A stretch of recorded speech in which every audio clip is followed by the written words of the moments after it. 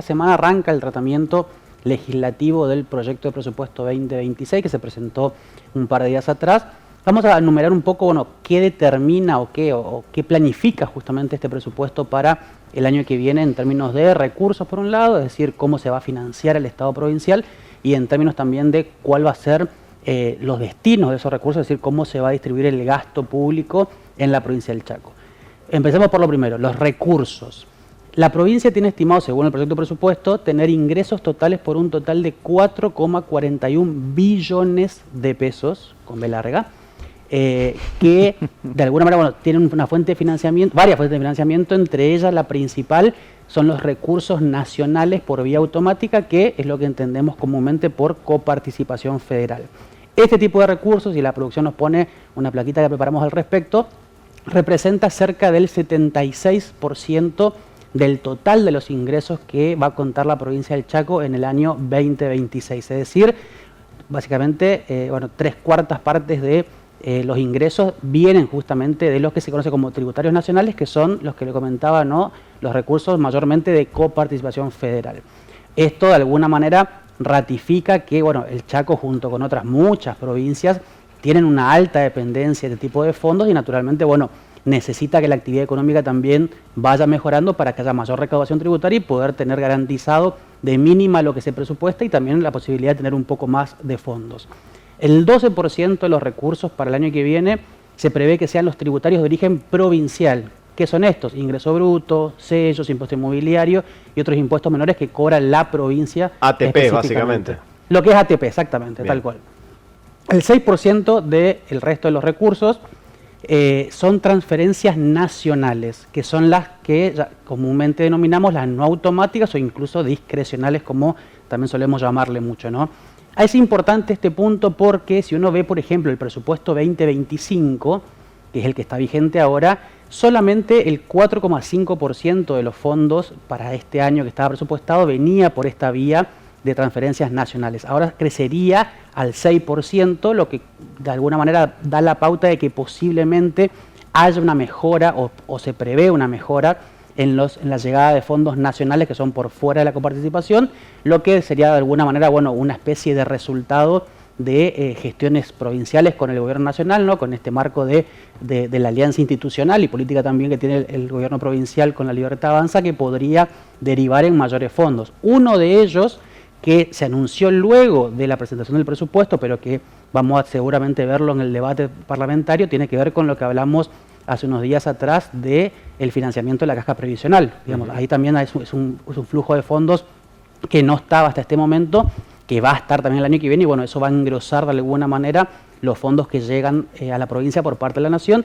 Y un dato que llama un poco la atención, por lo positivo en este caso, es que a diferencia de otros años, este proyecto de presupuesto también tiene estipulado la llegada de los ATN, de los aportes del Tesoro Nacional, que si bien son envíos discrecionales, el gobierno provincial quizás esté trabajando en alguna especie de negociación con la Nación que hizo que presupuesten en este proyecto que está ahora en discusión.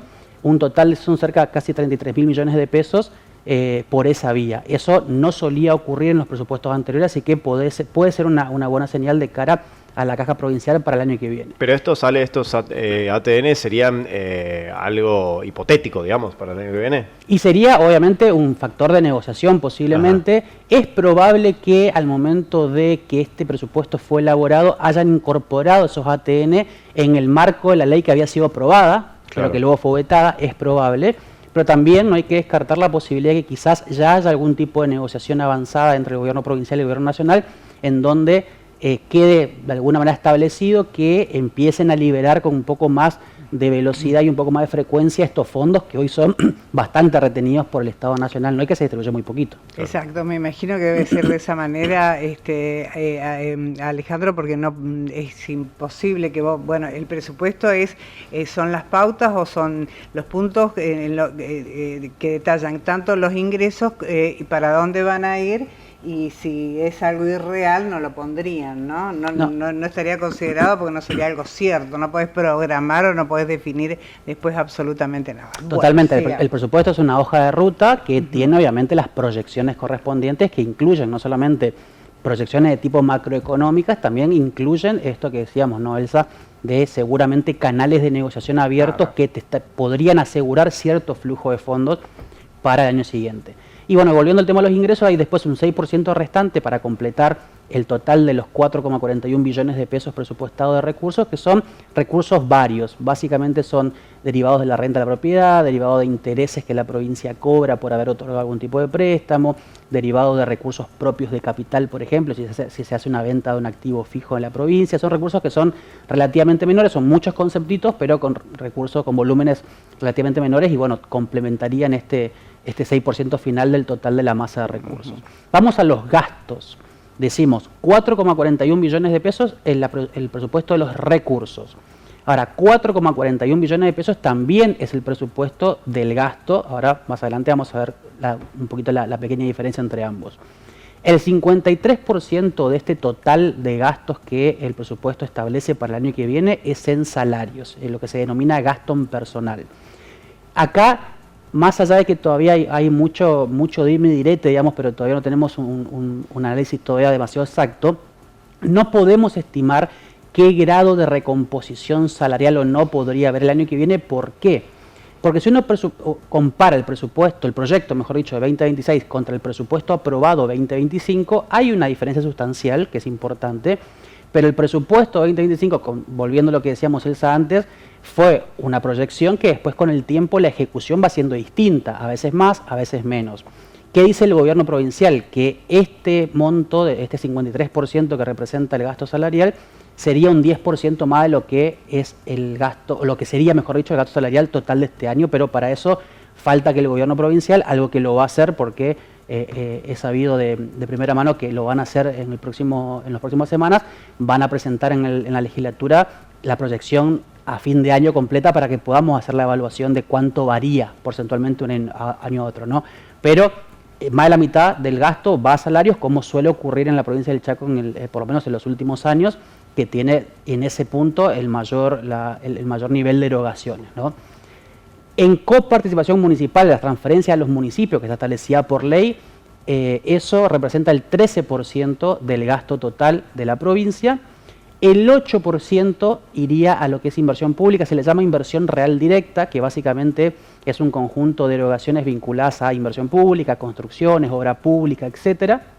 Y después tenemos otro 8% del gasto dedicado a la inversión financiera. ¿Qué es la inversión financiera? Acá hay varios puntos que conforman a este concepto, pero podría llegar a ser, en vista de lo que pasó este año y lo que también viene ocurriendo años anteriores, el otorgamiento de préstamos o aportes de capital a empresas públicas, que se hace justamente para poder sostener, por ejemplo, lo que es AMEP, SECHEP e INSEP mismo, los déficits de esas empresas públicas que se financian con aportes del Tesoro Provincial. Seguramente está concentrado ahí la gran masa de este 8% de inversión financiera.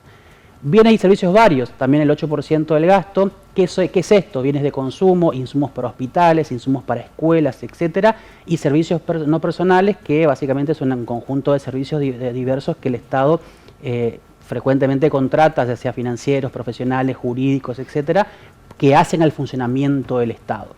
Y después tenemos 8% también para las transferencias al sector privado. Esto básicamente lo que contempla es mayormente el apoyo al sector productivo, por ejemplo, y también a otras instituciones privadas como pueden ser, por ejemplo, colegios privados que tienen subvención estatal y otro tipo de aportes al sector privado que hacen al desarrollo de la actividad y al apoyo financiero justamente a las actividades que se llevan adelante en el sector privado. Y después el resto de los conceptos es el 3%. Dentro de ese 3% del resto que estamos hablando, se incluye, por ejemplo, los intereses de la deuda pública, que representarían aproximadamente el 1,3%, lo que sería bastante importante porque disminuiría mucho su peso respecto a lo que fue, por ejemplo, este 2025. Vamos a la siguiente y que la tercera y última placa, porque decíamos que los recursos eran por 4,41 billones. Los gastos eran 4,41 billones, es decir, aparentemente había un equilibrio. Cuando vos empezás a sacarle el billón y vas sumándole los ceros para hacer el número redondo, hay una diferencia que es muy chica, pero es una diferencia al fin, que son de 157 millones de pesos, que sería el superávit financiero con la que la provincia terminaría el año que viene en función de este presupuesto. Es un superávit chiquito, pero superávit al fin, bastante inferior al que estaba pronosticado para este año, que era cerca de 4.000 millones de pesos según el presupuesto aprobado, pero bueno, constituiría un presupuesto de equilibrio que es muy importante para poder recomponer un poco el desfasaje que tienen las cuentas públicas hasta este momento del año, particularmente del 2025.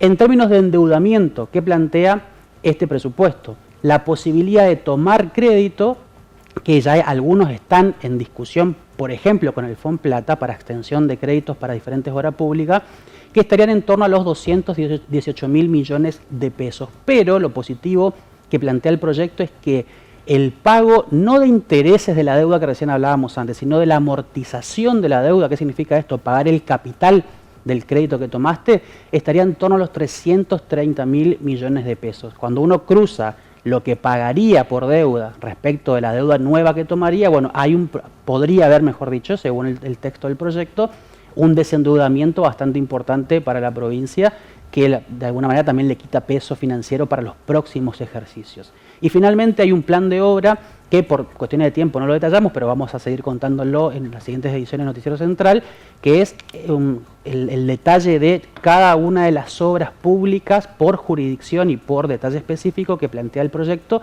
que sería por un total global de 331.000 millones de pesos, un poquito por encima de lo que estaba planificado para este año, lo que de vuelta presupone la posibilidad de avanzar en materia de obra pública a partir también de nueva fuente de financiamiento. Así que el proyecto plantea esto, para resumirlo, un equilibrio fiscal en las cuentas, una posibilidad de desendeudamiento a partir de las proyecciones que están dadas y todavía obviamente la copadependencia de la provincia del Chaco, que eso es algo histórico naturalmente, pero en un contexto en donde el año que viene posiblemente veamos, si todo sale según está visto por lo menos al día de hoy, seguramente cierto alivio financiero respecto a lo que es la situación actual, donde la situación, el tema de la caja está bastante más complicado y una mejora de las fuentes financieras sería obviamente muy tranquilizadora para la caja provincial, a la par de que habría mayores transferencias nacionales por fuera de la coparticipación, que también le daría alivio por un lado y la posibilidad de invertir